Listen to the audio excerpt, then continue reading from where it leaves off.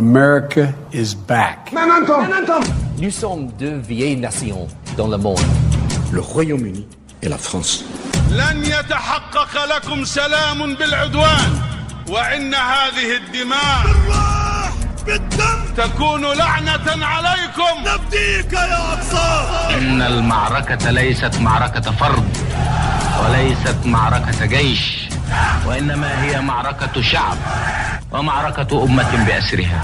بيوتكم في انتظاركم، مساجدكم في انتظاركم، كنائسكم في انتظاركم، وهم لكم ولأولادكم.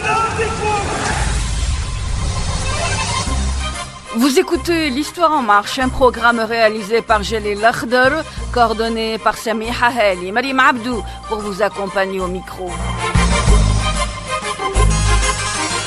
Depuis environ une décennie, l'exploitation de nouvelles réserves de gaz naturel en Méditerranée orientale a des conséquences économiques notables pour les pays producteurs et accroît la place de la région sur le marché international du gaz. Une région devenue autrement plus intéressante et ouverte aux balles diplomatiques multiples, particulièrement depuis les perturbations sur le marché du gaz en 2022 suite à la guerre entre la Russie et l'Ukraine. Les événements géopolitiques sous-jacents ont en effet provoqué des ruptures d'approvisionnement et une très forte volatilité des prix. Pour l'administration américaine notamment, les alliances avec les pays du bassin s'inscrivent dans une logique constante, comme l'explique Amos Hochstein, l'envoyé spécial et coordinateur pour les affaires énergétiques internationales et chef du bureau des ressources énergétiques des États-Unis. Cette politique ne changera pas, je peux vous l'assurer. Il y aura une continuité. Que je parte ou que je reste, cela n'aura aucune conséquence sur la poursuite de cette politique. Quand on a démarré ce processus, les relations politiques entre Israël et Chypre étaient très froides. Les relations entre Israël et l'Égypte étaient pacifiques, mais il s'agissait d'une paix plutôt glaciale. Il y avait très peu de coopération avec la Grèce et les relations entre Israël et la Turquie étaient complètement rompues. Donc l'idée que j'ai eue il y a environ 5 ans et que je partageais avec la secrétaire d'État, Madame Clinton, le président Obama et le vice-président Biden, était de s'impliquer pour faire en sorte que ces pays travaillent ensemble. La guerre entre l'Ukraine et la Russie a chamboulé l'économie de pays européens. L'Europe a subi une importante interruption des exportations de gaz naturel de la Russie, son principal fournisseur d'énergie. Cette crise énergétique, loin de constituer un cas d'école, a poussé les pays impactés à vouloir trouver des solutions de contournement de la crise. C'est dans ces circonstances ou dans des moments de profonde réflexion que se sont produits les sabotages des gazoducs Nord Stream. C'était le 26 septembre 2022. Il apparaît rapidement qu'il s'agissait d'un acte délibéré. Des traces d'explosifs étaient relevées. Une explosion qui peut en effet constituer un contournement. Amos Hochstein se posait la question: comment contourner la Russie? La Russie contrôle près de la moitié du gaz qui entre en Europe. Certains pays européens sont 100% dépendants de la Russie pour leur gaz naturel et pour leur énergie. Et cela veut dire du pouvoir politique. Et c'est mon travail de trouver, en coopérant avec l'Union européenne et Bruxelles, et avec les États membres individuellement, un moyen de contrer cela. Comment diversifier les sources d'approvisionnement? Que fait-on quand le gaz en provenance de Russie est coupé en Ukraine en plein milieu de l'hiver? Depuis, nous avons diminué le pouvoir de nuisance de la Russie, en augmentant la production en Ukraine, en améliorant l'efficacité des systèmes, en réformant un peu les secteurs touchés par la corruption et en soutenant l'économie ukrainienne dans sa globalité. Mais la Russie a contré. Amos Hochstein, qui s'exprimait à l'instant en qualité d'envoyé spécial et coordinateur pour les affaires énergétiques internationales et chef du bureau des ressources énergétiques des États-Unis. Avec nous en ligne, à partir de Beyrouth, Madame Lori Haitayan. Merci d'accepter notre invitation. Vous êtes directrice de l'Institut de la gouvernance des ressources naturelles dans la région du Moyen-Orient et de l'Afrique du Nord. Madame Lori Haitayan, en début de cette émission, nous parlions évidemment de l'exploitation de nouvelles réserves de gaz naturel en Méditerranée orientale. Le gaz est-il la cause de conflits en Méditerranée orientale? Le gaz n'est pas la cause principale pour les conflits dans la Méditerranée orientale. Historiquement, il y a des conflits et il y a eu des expériences politiques spécifiquement de l'Amérique essayant de jouer la carte du gaz pour amener les pays à collaborer entre eux. Ils ont essayé ça avec le EastMed Gas Forum, où vous aviez des pays comme l'Égypte, Israël, la Palestine, la Jordanie, Chypre, Grèce, Italie, tous ensemble essayant de former une coalition d'un marché commun de gaz et tout ça. Mais en fin de compte, les problèmes politiques de la région sont plus importants que les bénéfices économiques qu'on peut avoir si on a résolu les conflits. Donc c'est toujours la politique américaine qui est toujours basée sur les bénéfices économiques avant de résoudre les problèmes politiques. Et ça ne marche pas dans la région. Il y a des problèmes vraiment réels qui sont politiques, historiques, qui doivent être réglés. Et puis, ça va être un atout, un plus d'avoir les enjeux économiques ou des bénéfices économiques. Mais c'est pas l'inverse. Et les Américains, c'est le problème qu'ils ne comprennent pas jusqu'à maintenant. Les Américains, justement, en 2022, ont organisé une visite, celle de l'émissaire états-unien Amos Hochstein, au sujet du tracé de la frontière maritime. Cela constituait une importance politique ou économique, selon vous, Madame Lori Haitayam? Quel était l'intérêt de ce bal diplomatique? Il y avait un intérêt politique très important pour le Liban et pour la classe politique libanaise de faire le deal avec les Américains, avec les Israéliens. Les Américains avaient proposé ou avaient donné ils ont donné des garanties que si ce deal est signé, cet accord est signé entre le Liban et Israël, le Liban va voir les bénéfices économiques. Oui. Et puis, pour la classe politique, elle avait besoin de quelque chose pour donner espérance aux Libanais, même si c'était une fausse espérance ou pas.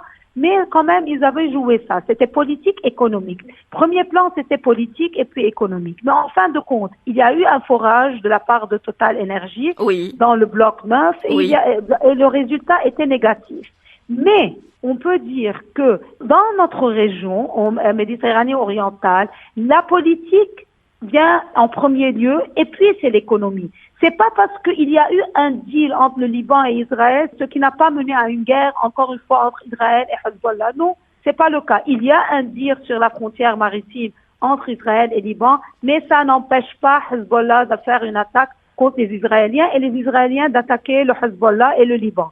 Donc, c'est toujours la faute que les Américains fassent, disant que oui, on fait un deal politique avec économie, mais ça ne marche pas. On doit résoudre les problèmes historiques de la région et puis on va avoir une collaboration économique, pas l'inverse. À propos d'escalade militaire, vous évoquez Madame Lori Haitayam les lendemains du 7 octobre. Toutefois, la délimitation des frontières maritimes et leurs zones économiques exclusives respectives pour l'exploitation du gaz offshore a été plus d'une fois remise en cause, notamment du fait du gaz. Donc, dans ce que vous dites, c'est le gaz qui façonne la politique, ou en d'autres termes, l'économie qui façonne la politique et non l'inverse?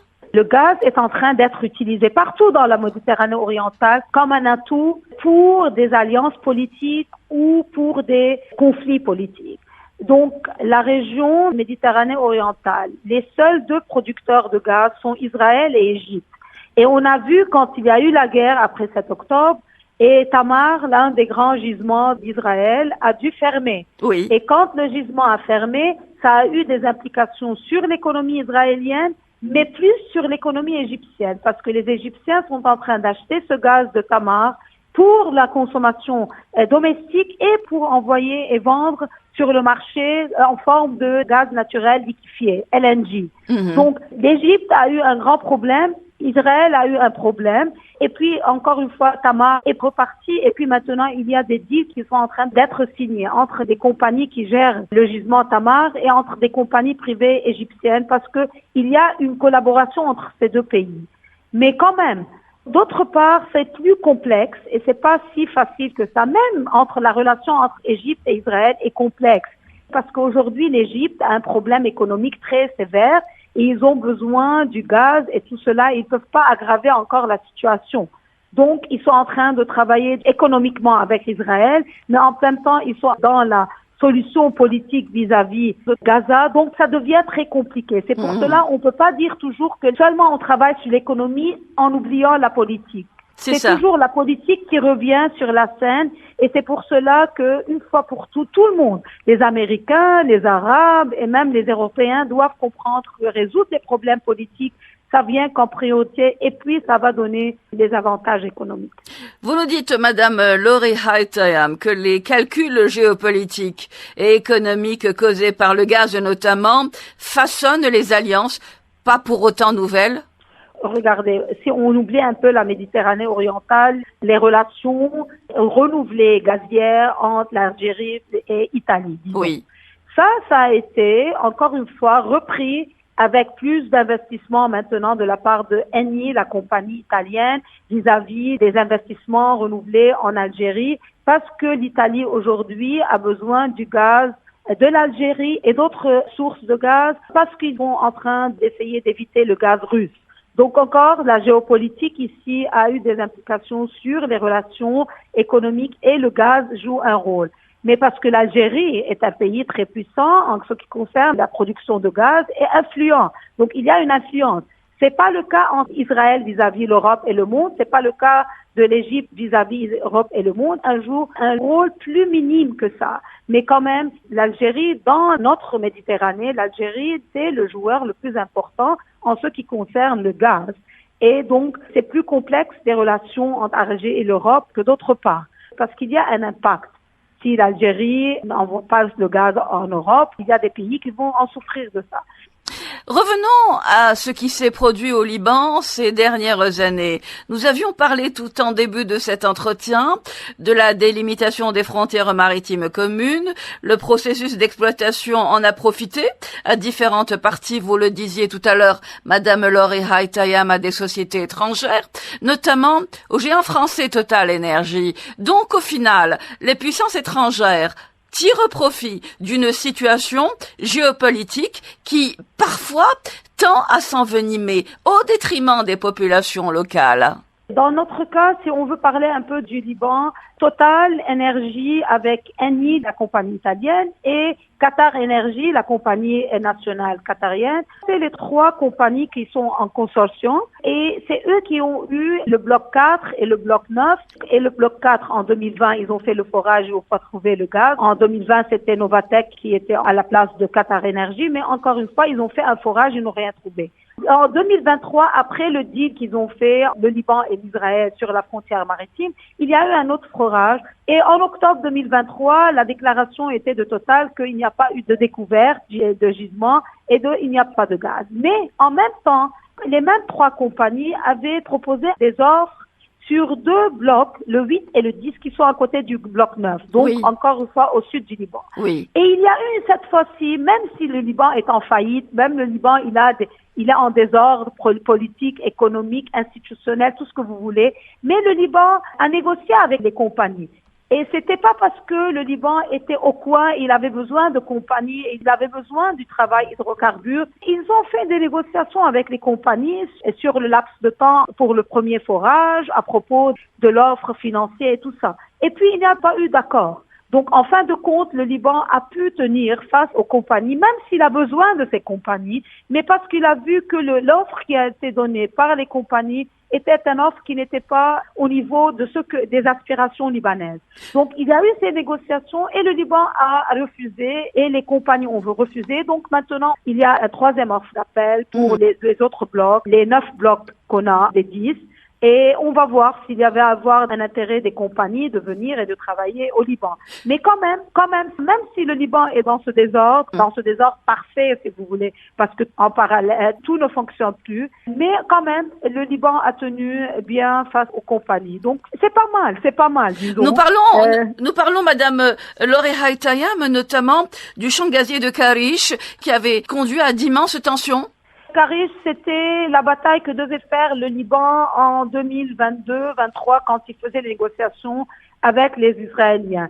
Mais quand même, le gouvernement libanais et la stratégie du gouvernement libanais, c'était que on peut pas faire la bataille pour Karish, faisons la bataille de ce qui est possible. Et ça, c'est Amos Hochstein même, l'envoyé spécial et le médiateur avaient dit aux Libanais, oui, vous pouvez faire la bataille de Karish, mais en fin de compte, vous n'avez pas le temps, vous n'avez pas le pouvoir de faire cette bataille. Et le Liban et la classe politique a décidé de ne pas faire la bataille de Karish et ils ont décidé d'accepter la ligne 23 comme étant la frontière maritime et ils ont accepté qu'en contrepartie, il va y avoir un retour de Total Énergie et ils vont faire le forage. Et c'est ce qui passait. Malheureusement, on n'a pas trouvé de gaz, mais en contrepartie, Karish est en train de produire du gaz et du pétrole aussi un peu.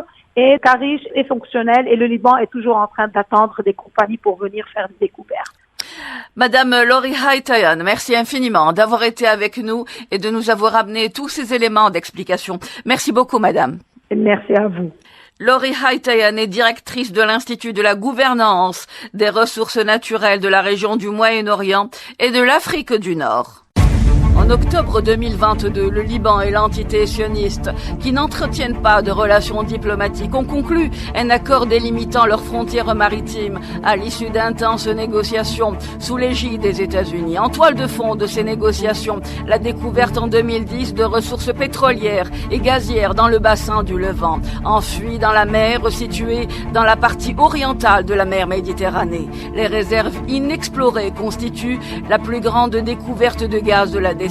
Ces réserves couvrent environ 1,7 milliard de barils de pétrole récupérables et 122 trillions de pieds cubes de gaz récupérables. Nasrallah, qui était au début contre les négociations informelles, a précisé que le Hezbollah obéit à l'État libanais et ne s'ingère pas dans la prise de décision. Bien que l'accord ait été signé avec son ennemi juré, Nasrallah a décrit l'accord maritime comme un grand accomplissement, une réalisation historique et une très grande victoire pour l'État libanais, le peuple et la résistance.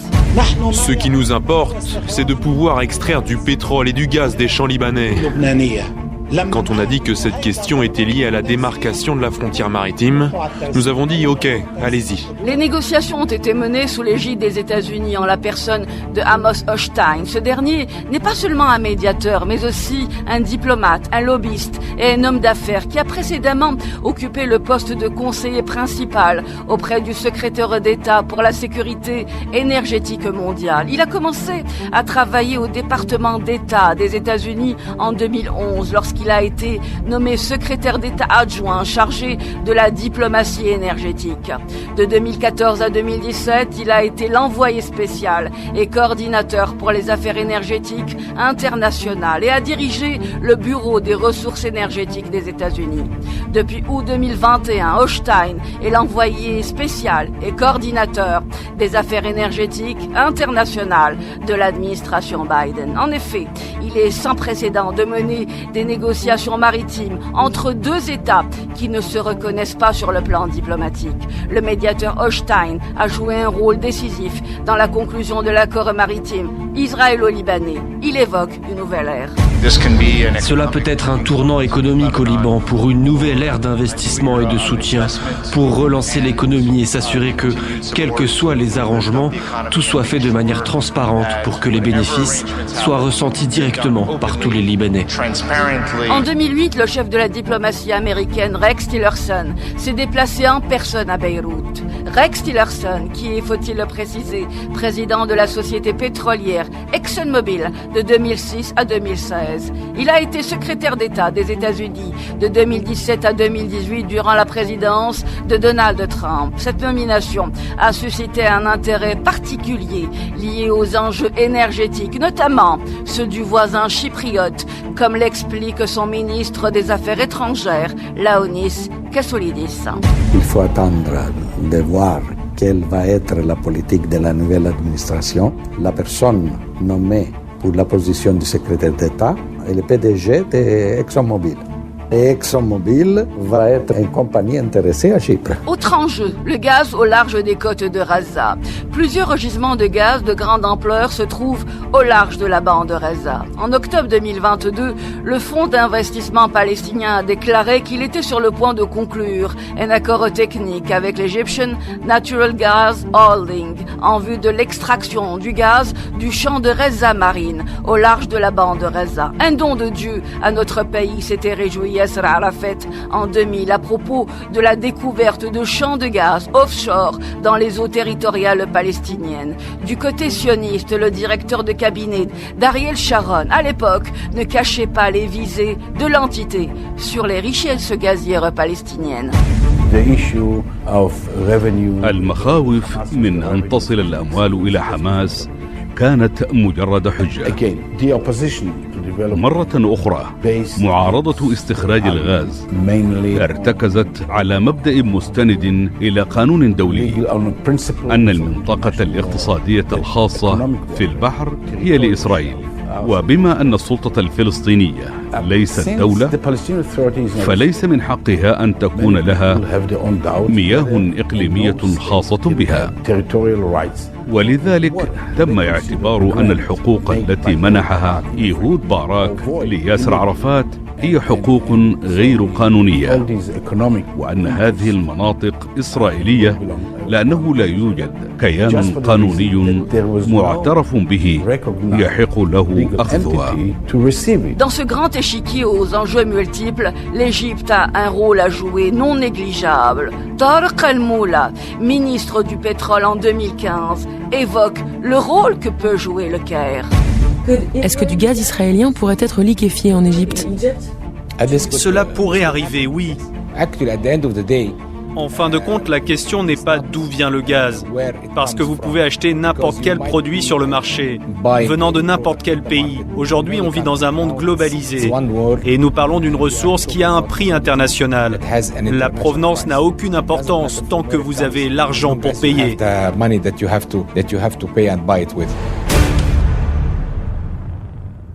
Avec nous en ligne, à partir d'Ottawa, Monsieur Michel Chossudovski, merci d'accepter notre invitation. Vous êtes professeur émérite d'économie, fondateur, directeur du Centre de recherche sur la mondialisation à Montréal. Monsieur Michel Chossudovski, la confiscation du gaz au large des côtes de Reza n'est pas quelque chose de nouveau.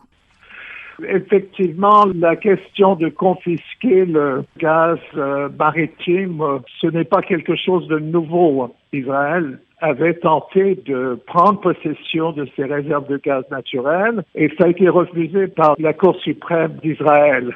Selon les lois israéliennes, cette richesse de gaz maritime qui est énorme appartient à la Palestine.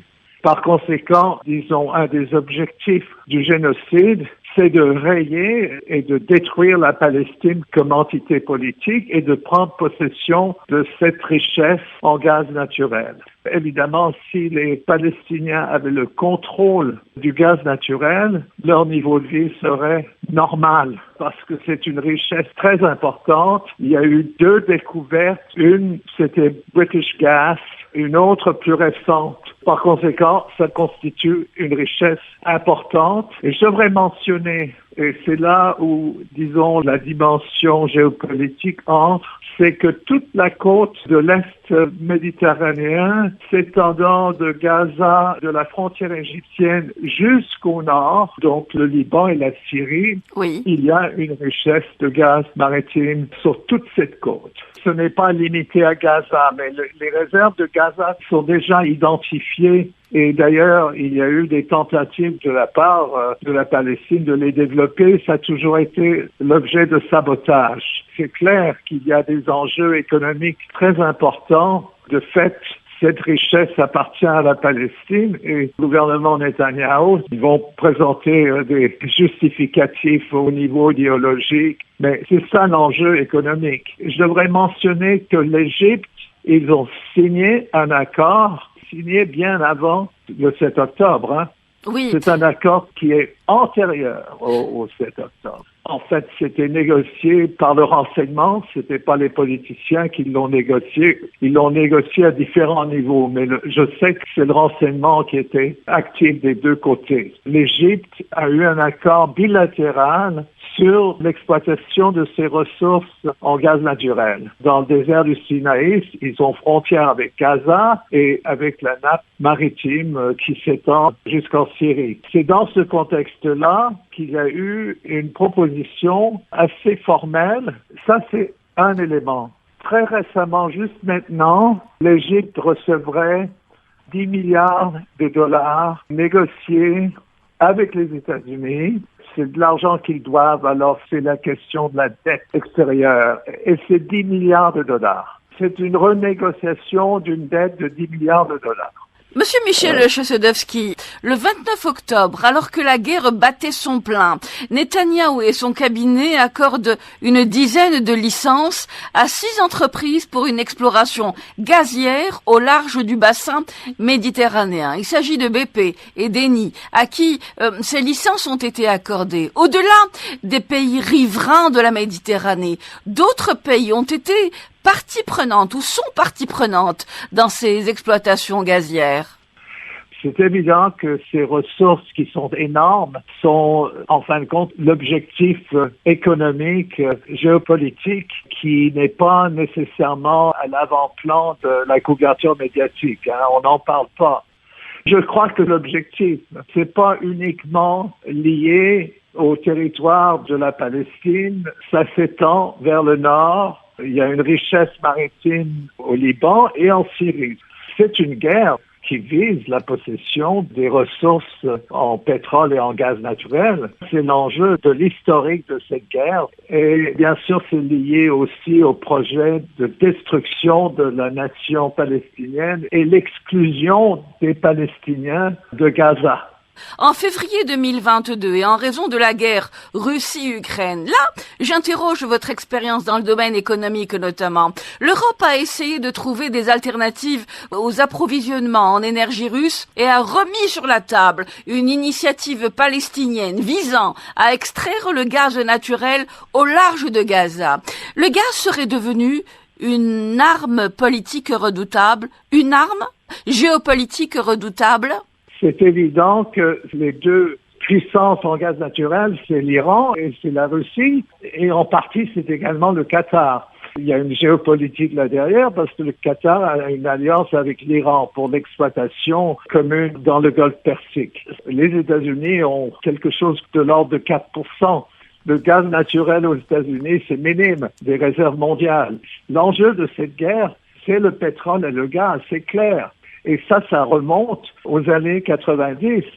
En quelque sorte, le projet du Grand Israël coïncide exactement avec la politique étrangère des États-Unis, à savoir que leur objectif, c'est en quelque sorte de conquérir, c'est un pouvoir hégémonique, de conquérir un vaste espace au Moyen-Orient et en fait de l'occidentaliser par la présence d'intérêts occidentaux en Israël.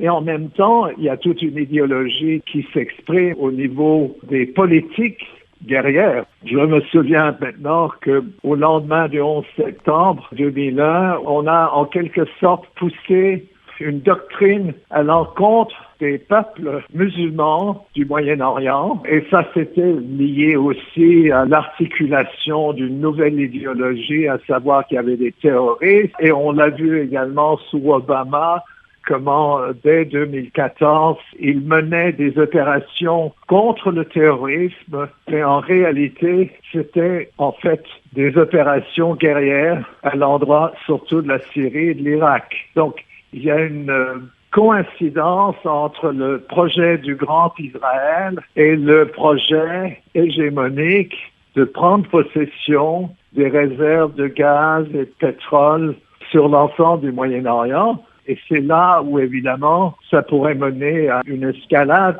surtout si l'Iran devient activement impliqué dans cet élargissement de la guerre.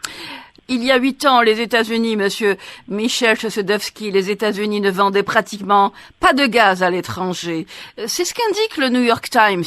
Aujourd'hui, ils sont devenus le premier fournisseur mondial. Donc, le gaz palestinien serait également un objectif à atteindre pour les États-Unis, en l'occurrence, et ses alliés. Oui, certainement. Et je crois que si on regarde un peu la géopolitique et la géographie du Moyen-Orient, c'est clair que la Turquie également serait partenaire là-dedans. Le problème, c'est que la Turquie, sous Erdogan, a des alliances aussi bien avec Téhéran et également avec Moscou, mais en même temps, ils sont membres de l'OTAN. Là, on voit les contradictions, mais si on regarde la carte de la Méditerranée orientale. On voit certainement que la Turquie n'est pas une puissance au niveau gaz naturel et pétrole, mais du point de vue géopolitique, géographique, évidemment, ils ont des liens, ils ont une frontière avec la Syrie et l'Est méditerranéen. Alors la question de savoir où est-ce que la Turquie va se situer, on sait fort bien que la Turquie a toujours une alliance avec Israël. Cette alliance avec Israël, elle est un petit peu moins évidente aujourd'hui parce que ce qui s'est produit, et ça c'était une initiative de Washington, c'était qu'il y avait une alliance entre Israël, la Turquie et les États-Unis. Ils appelaient ça le Triad. Ça s'est effondré lorsque Erdogan, en 2016, était l'objet d'une tentative de coup d'État et d'assassinat. Et là, disons, les alliances ont commencé à rentrer dans une période de crise. Et c'est à ce moment-là que Erdogan a établi des liens, tant au niveau politique, mais aussi au niveau économique, avec la Russie et avec l'Iran. Rappelons également, Monsieur Michel Chossudovsky, que la Turquie a annoncé le 25 octobre, me semble-t-il, la suspension de ses projets de coopération avec ce qui est qualifié d'Israël dans le domaine énergétique. C'est le ministre de l'énergie turc qui l'a annoncé, qui a également annulé une visite prévue. Je rajoute qu'Ankara avait l'intention de discuter de projets de coopération avec l'entité d'occupation pour une exploration énergétique conjointe en Méditerranée orientale, ainsi que de la possibilité de développer des projets d'exportation de gaz vers l'Europe via la Turquie. Il y a des éléments très complexes parce que la Turquie est également impliquée dans les couloirs, les gazoducs et les oléoducs. Il y a également des frontières en ce qui concerne le marché du gaz naturel et une coopération avec la Russie. Il faut comprendre aussi que en fin de compte aussi, il y a toute la géopolitique de la mer Noire là-dedans. Ça, c'est peut-être un autre sujet, mais les deux puissances, et c'est là où on voit un peu le lien entre ce qui se passe en Ukraine et ce qui se passe au Moyen-Orient, parce que les deux puissances au plan géopolitique qui contrôlent la mer Noire, c'est la Russie et la Turquie. La Absolument. Turquie au sud, la Russie au nord. Il y a tout le transport du gaz naturel, du pétrole, il y a les voies maritimes. Bien sûr, il y a les Dardanelles et c'est la Turquie qui contrôle l'accès de la Méditerranée à la mer Noire. Une fois qu'on rentre dans la mer Noire, on est dans un autre contexte géopolitique, à savoir que maintenant, c'est évidemment lié à l'Ukraine, à la Crimée, à la mer d'Azov, etc. Tous ces couloirs maritimes, mais il y a des alliances. Comment dire, en anglais, on dirait cross-cutting alliances. C'est des alliances contradictoires. On a d'une part la Turquie qui est avec l'OTAN, la Turquie qui est avec Israël, la Turquie qui est avec les Russes. En fin de compte, du côté de l'Occident, c'est bien sûr c'est les États-Unis qui mènent cette guerre, mais la tendance et aussi la pratique militaire des États-Unis, c'est toujours de faire des alliances pour que les pays alliés fassent, comme on dit en anglais, the dirty work. Les opérations de guerre sont menées par des alliés. C'est ce qui s'est passé, monsieur. C'est ce qui s'est passé, monsieur Michel Chossudovsky. Le sabotage des gazoducs Nord Stream en mer Baltique. Le gaz était à ce moment-là utilisé comme une arme énergétique. Oui, absolument. Mais de toute façon, on sait fort bien que c'est le président Biden qui a donné l'ordre de faire ce sabotage. Il l'a confirmé dans une conférence de presse au début de 2022. Et c'est une conférence de presse en présence du chancelier allemand Scholz, qui a également dit que lorsqu'il était question, parce que tout ça est enregistré, le président Biden a dit oui, si les Russes nous menacent, on va faire sauter le Nord Stream. Ils l'ont dit. Il le dit textuellement. Et son collègue allemand, le chancelier, a dit oui, on va faire exactement ce que les États-Unis ont annoncé. On a fait le sabotage du Nord Stream. Ce canal, ce Nord Stream, passe dans les eaux territoriales de plusieurs pays européens, dont le Danemark et également, bien sûr, l'Allemagne.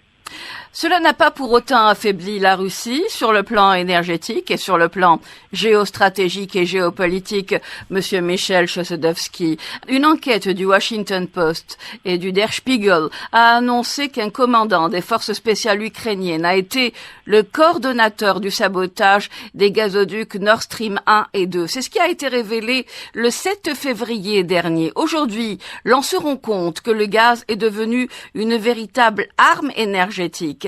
Je vous pose cette question et je rajoute ceci. En juin 2023, Netanyahou évoquait l'accélération de l'exploitation de gisements de gaz naturel au large de la bande de Reza. Ma question est pour boucler l'entretien. Est-ce qu'il s'agit aujourd'hui de l'utilisation de cet argument de guerre contre Reza dans le but d'une exploitation gazière au large des côtes de Reza, comme cela est supposé par des observateurs économiques, Monsieur Michel Chossudovsky?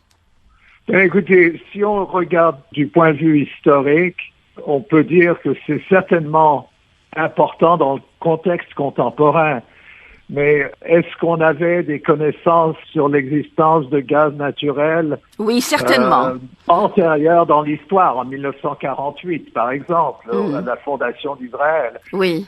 Je crois que l'objectif n'est pas nécessairement strictement lié aux ressources en pétrole, mais c'est certainement pétrole-gaz. Mais c'est vrai que au lendemain de la Deuxième Guerre mondiale, les ressources, surtout les ressources pétrolières, étaient absolument fondamentales en ce qui concerne pas seulement des États-Unis, mais également, évidemment, de la Grande-Bretagne.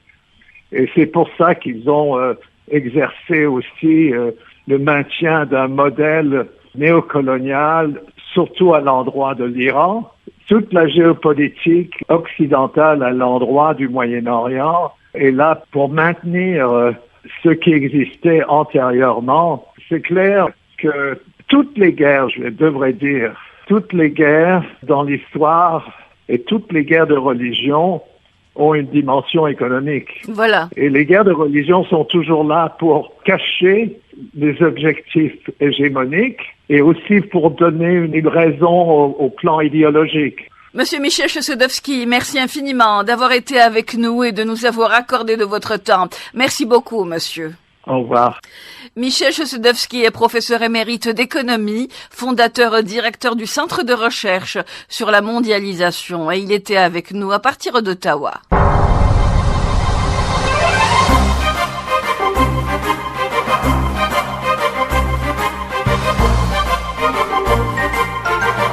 Ont participé à ce programme Lori Haitayan, directrice de l'Institut de la gouvernance des ressources naturelles de la région du Moyen-Orient. Michel Chossudovsky, professeur émérite d'économie, fondateur directeur du Centre de recherche sur la mondialisation. L'émission d'aujourd'hui a été réalisée par Jelil Lakhdar, coordonnée par Sami Haheli, Shiraz Nashi au service multimédia, Mariam Abdou pour vous accompagner au micro. Merci de nous avoir suivis. Rendez-vous jeudi prochain à partir de 16h, Inch'Allah.